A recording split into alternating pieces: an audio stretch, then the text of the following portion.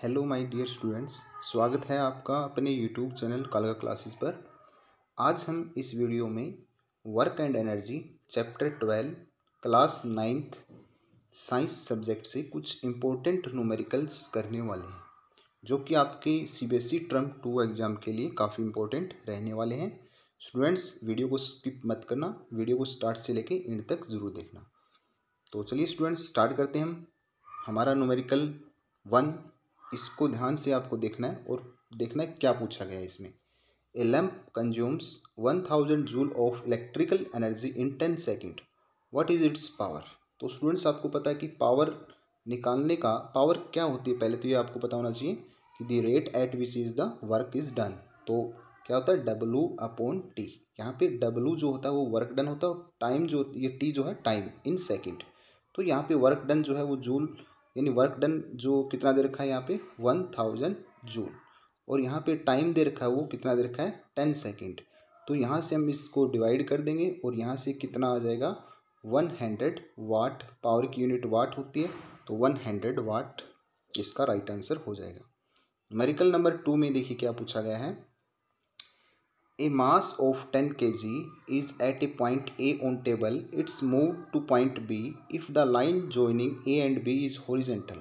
What is the work done on the object by gravitational force? तो देखिए यहाँ पे कोई ऑब्जेक्ट है A, ये कोई ऑब्जेक्ट है A, इसको हॉरिजेंटली क्या किया जाता है, पॉइंट B तक क्या किया जाता है, मूव किया जाता है। तो वो डिस्टेंस मान लेते हैं क्या है, S है, S। तो इसको एक पॉइंट ए से बी तक इसको मूव किया जाता है इस प्रकार से। तो आपको बताना है कि इसके ऊपर जो वर्क डन ग्रेविटेशनल फोर्स के कारण लगता है वो कितना होगा। तो आपको पता है कि ग्रेविटेशनल फोर्स तो हमेशा नीचे की तरफ काम करता है, इसका मतलब फोर्स डाउनवर्ड डायरेक्शन में लग रहा है और डिस्टेंस इस डायरेक्शन में, यानी इन दोनों के बीच में जो एंगल है वो कितना है स्टूडेंट्स, 90 डिग्री। अब आपको पता है कि वर्क डन जो होता है F.S कोस थीटा होता है, ये आपको पता है। अब थीटा जो है कोस थीटा यानी 90 डिग्री होगा। कोस थीटा 90 डिग्री की वैल्यू क्या होती है, 0। तो वर्क डन आपका क्या होगा स्टूडेंट्स, 0 होगा। तो ये इसका राइट आंसर होगा। उसके बाद में न्यूमेरिकल नंबर 3 देखिए। A certain household has consumed 250 units of energy consumed during a month, how much energy in this in joules. तो आपको जूल में एनर्जी निकालनी है। तो देखिए स्टूडेंट्स, जूल में कैसे निकालेंगे आप, आपको पता है कि जो कमर्शियल यूनिट होती है एनर्जी की वो क्या होती है, किलोवाट हावर में होती है। तो यहाँ पे और 1 किलोवाट जो हावर होता है वो 1 यूनिट के बराबर होता है। इसका मतलब यहाँ पे दे रखा है 250 यूनिट, यानी 250 यूनिट को मैं ये लिख सकता हूँ 250 किलोवाट हावर, ये लिख सकता हूँ।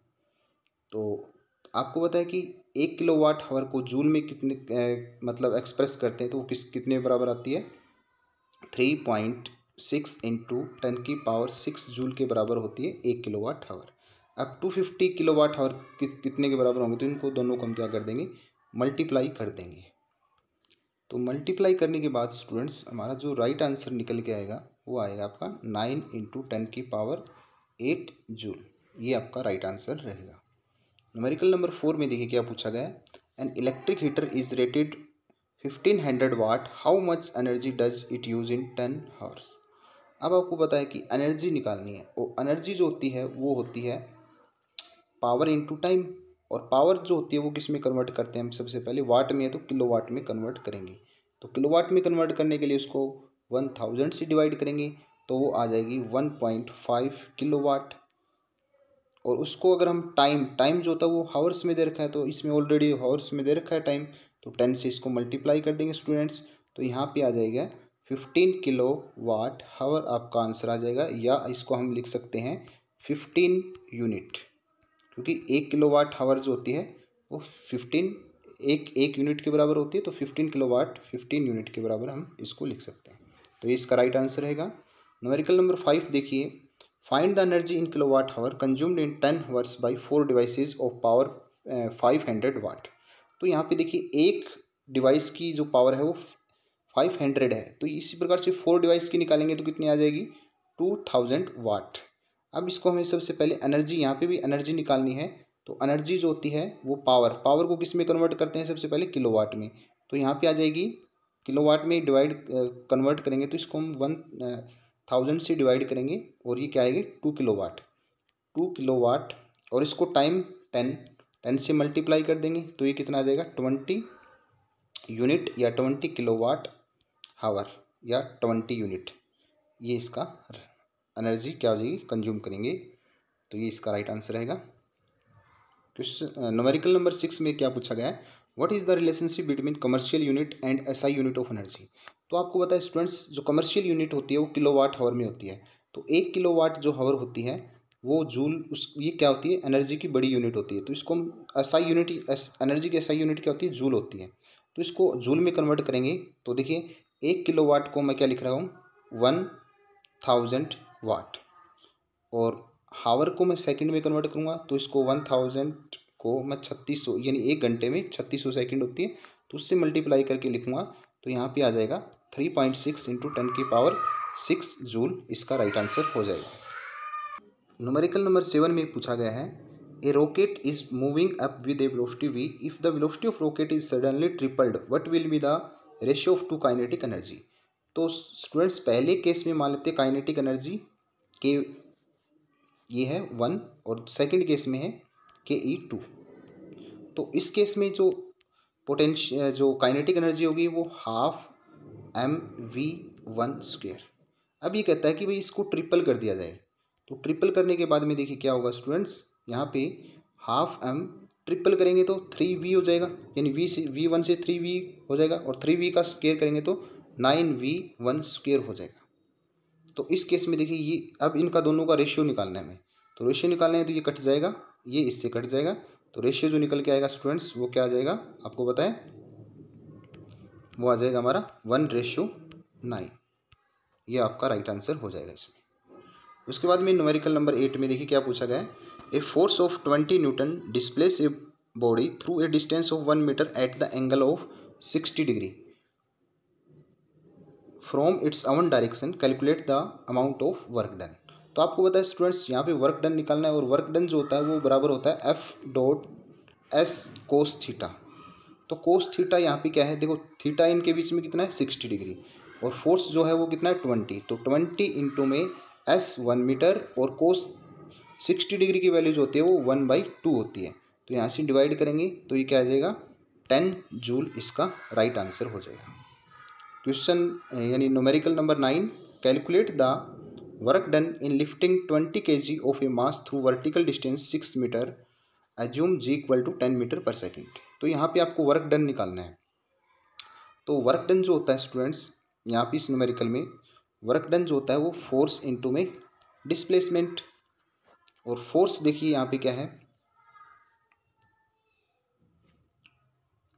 यहाँ पे फोर्स जो है उसको हम क्या लिख सकते हैं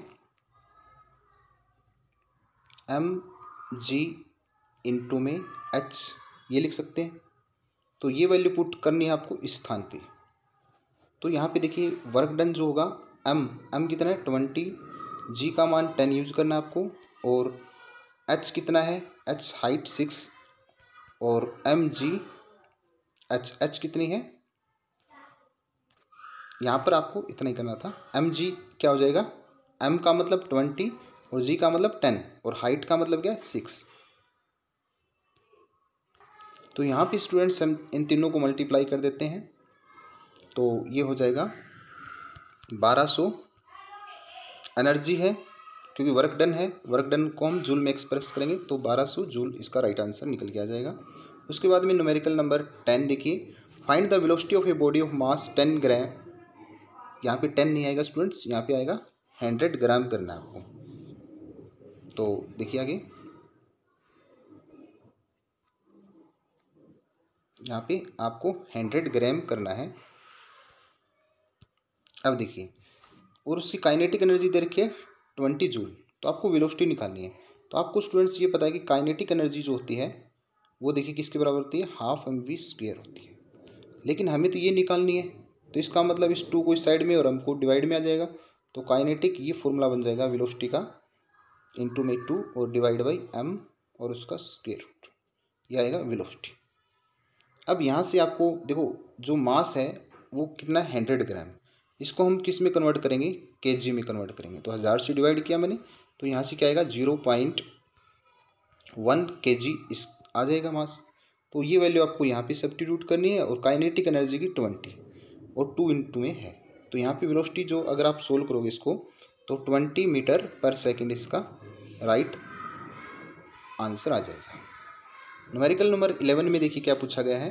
न्यूमेरिकल नंबर 11 में पूछा गया है, a machine raises a load of 750 newton through a height of 16 metre in 5 second, calculate the power at which the machine is works. तो आपको देखिए स्टूडेंट्स पावर निकालनी है। तो पावर का फॉर्मूला जो होता है वो आपको पता है कि W/T, ठीक है। और यहाँ पे वर्क डन जो है, ये वर्क डन जो है वो होगा mg। यहाँ पे देखिए न्यूटन में फोर्स दे रखा है, तो यहाँ पे जो वर्क डन जो है उसको मैं लिखूँगा F इंटू में S और डिवाइड बाई टाइम। यहाँ पे F का मतलब फोर्स, वो कितना दे रखा है आपको 750 न्यूटन, और 750 न्यूटन, और यहाँ पे जो डिस्प्लेसमेंट के स्थान पे मैं लिखूँगा 16 मीटर, और यहाँ पे डिवाइड में उसको कर दूंगा मैं 5 सेकेंड। तो देखिए क्या निकल के आएगा आपके सामने, यहाँ से निकल के आएगा जो पावर है 750 इंटू में 16 मीटर और डिवाइड बाई 5, ये आपको ऐसे करना है। उसके बाद में इसको सोल्व करोगे, इसको सोल्व करने के बाद स्टूडेंट्स आपका जो राइट आंसर आएगा 2400 वाट, यानी 2400 वाट इसका राइट आंसर आ जाएगा।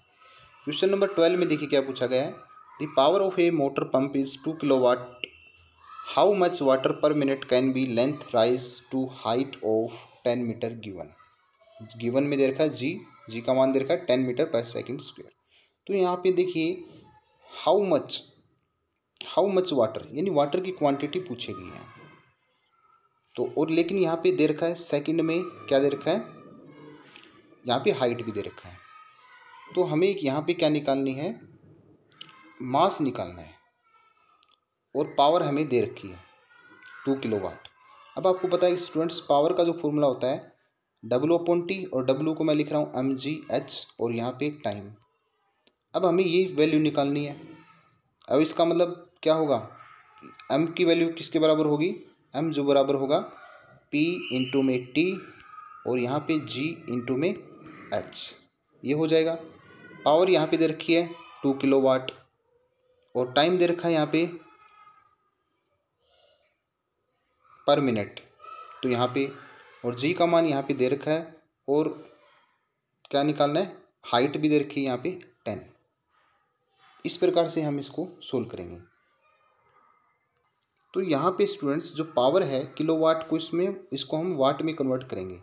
तो देखो वाट में कन्वर्ट करेंगे, यहाँ पे टाइम जो है आपका मिनट को सेकंड में कन्वर्ट करेंगे। तो देखिए हम क्या लिखेंगे, यहाँ पे हम लिखेंगे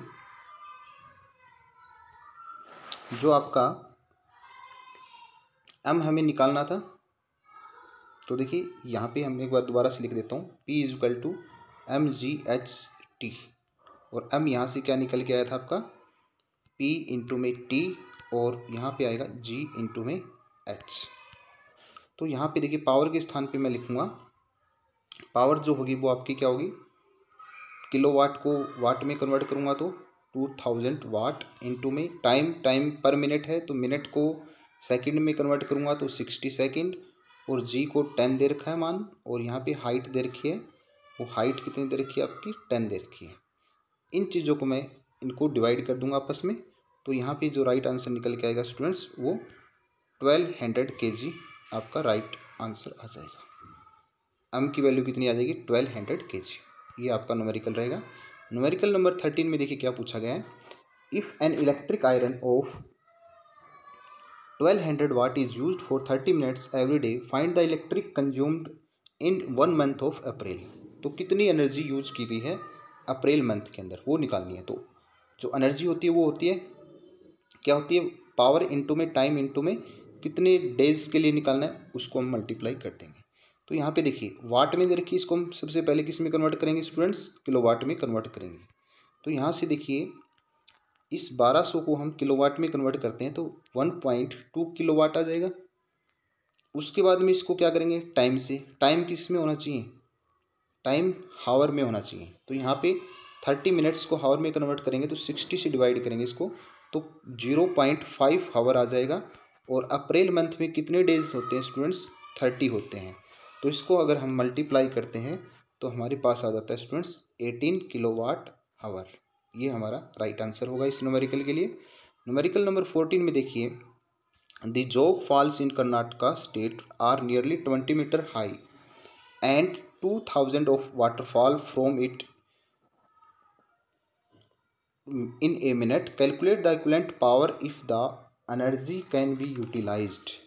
तो आपको ये निकालना है। तो यहाँ पे स्टूडेंट्स ये जो 2000 लिखा हुआ है ये टन है। जो वाटर की क्वांटिटी दे रखी है वो टन में दे रखी है। तो हमें क्या करना है, 2000 टन है टन। तो पहले हमें इसको क्या करना है, टन को केजी में कन्वर्ट करना है। तो यहाँ पे देखिए 2000 को अगर हम केजी में कन्वर्ट करते हैं तो उसको हम 1000 से मल्टीप्लाई करेंगे। 1000 को मैं लिख सकता हूँ 10 की पावर 3 लिख सकता हूँ। तो देखिए आपको पता है कि जो पावर होती है वर्क डन अपॉन टी, और वर्क डन को मैं लिख रहा हूँ mgh अपॉन में टी, ये लिख रहा हूँ मैं। तो आपको क्या करना है, यहाँ से पावर निकालनी है। और यहाँ पे m का मतलब क्या है, देखिए मैं फिर से लिखता हूँ यहाँ पे। तो यहाँ पे पावर का मतलब है 2000 इंटू 10 की पावर 3, और जी का मतलब 10, और हाइट का मतलब कितना है 20, और टाइम का मतलब देखिए टाइम यहाँ पे क्या दे रखा है, टाइम दे रखा है पर मिनट। तो इसका मतलब 60, मिनट को सेकंड में बदला हमने। इसको डिवाइड करेंगे तो डिवाइड करने के बाद स्टूडेंट्स क्या आएगा, 6.6 इंटू 10 की पावर 6 वाट आपका राइट आंसर निकल के आ जाएगा। उसके बाद में न्यूमेरिकल नंबर 15 में देखिए क्या पूछा गया है, how much is the power related to the speed at which body can be utilised, how many kilogram. देखो how many kilogram will be a man working with the power of 100 watt be able to lift a constant speed of 1 metre per second. तो यहाँ देखिए students इस numerical में हमें क्या निकालनी है, किलोग्राम यानी अमाउंट निकालनी है, कितना केजी अमाउंट कोई व्यक्ति लिफ्ट कर सकता है, और स्पीड उसकी क्या है लिफ्ट, वो 1 मीटर पर सेकेंड। तो हमें देखिए क्या करना है, हमें पता है यहाँ पे क्या दे रखा है, न्यूमेरिकल में पावर दे रखी है। तो यहाँ पे हमें पता है स्टूडेंट्स पावर जो होता है वो W अपॉन टी, और W को हम लिख सकते हैं mgh डिवाइड बाई टी। अब देखिए यहाँ पे इस न्यूमेरिकल में हमें स्पीड का भी यूज करना है। तो स्पीड जो होती है स्टूडेंट्स वो क्या होती है, डिस्टेंस अपॉन में टाइम। तो यहाँ पे h अपॉन टी को क्या मैं स्पीड लिख सकता हूँ, इसको मैं स्पीड लिख सकता हूँ क्योंकि h भी एक हाइट है यानी डिस्टेंस है, और डिवाइड बाई टाइम। तो यहाँ पे मैं इस वाले फैक्टर को मैं यहाँ से रिप्लेस करूँगा और यहाँ पे क्या लिखूँगा, स्पीड लिखूँगा। तो यहाँ पे देखिए क्या लिखूँगा, मैं स्पीड लिखूँगा। तो ये क्या आ जाएगी, ये फॉर्मूला जो है ये हो जाएगा हमारा mgh इंटू में स्पीड, और हमें क्या निकालनी है वैल्यू, m की वैल्यू निकालनी है। इसका मतलब m जो होगा वो हमारा किसके बराबर होगा, p अपॉन में g इंटू में स्पीड, ये हो जाएगा हमारा। अब आपको क्या करना है, सिंपली वैल्यू पुट करनी है और आपको निकाल देना है। तो देखिए क्या क्या आती है वैल्यू, देखिए पुट करता हूँ मैं वैल्यू। तो यहाँ पे देखिए जो आपका m है वो है पावर कितनी है आपकी 100, और यहाँ पे g का मान आपको 10 यूज करना है, और उसके बाद में जो स्पीड है वो क्या दे रखी है आपको न्यूमेरिकल में 1 मीटर पर सेकेंड स्पीड। तो यहाँ पे इसको डिवाइड करेंगे तो यहाँ पे आ जाएगा 10 kg, आपका राइट आंसर निकल के आ जाएगा। तो ये था स्टूडेंट्स हमारा लास्ट न्यूमेरिकल। आपको वीडियो कैसे लगी कमेंट बॉक्स में कमेंट ज़रूर करना, और चैनल पे पहली बार विजिट करें तो चैनल को लाइक व सब्सक्राइब ज़रूर करना, क्योंकि हम आपके लिए इतनी मेहनत करते हैं। तो आप हमें मोटिवेट कीजिए चैनल को लाइक व सब्सक्राइब करके। थैंक यू बच्चों, मिलते हैं नेक्स्ट वीडियो में, तब तक अपना ख्याल रखना, टेक केयर।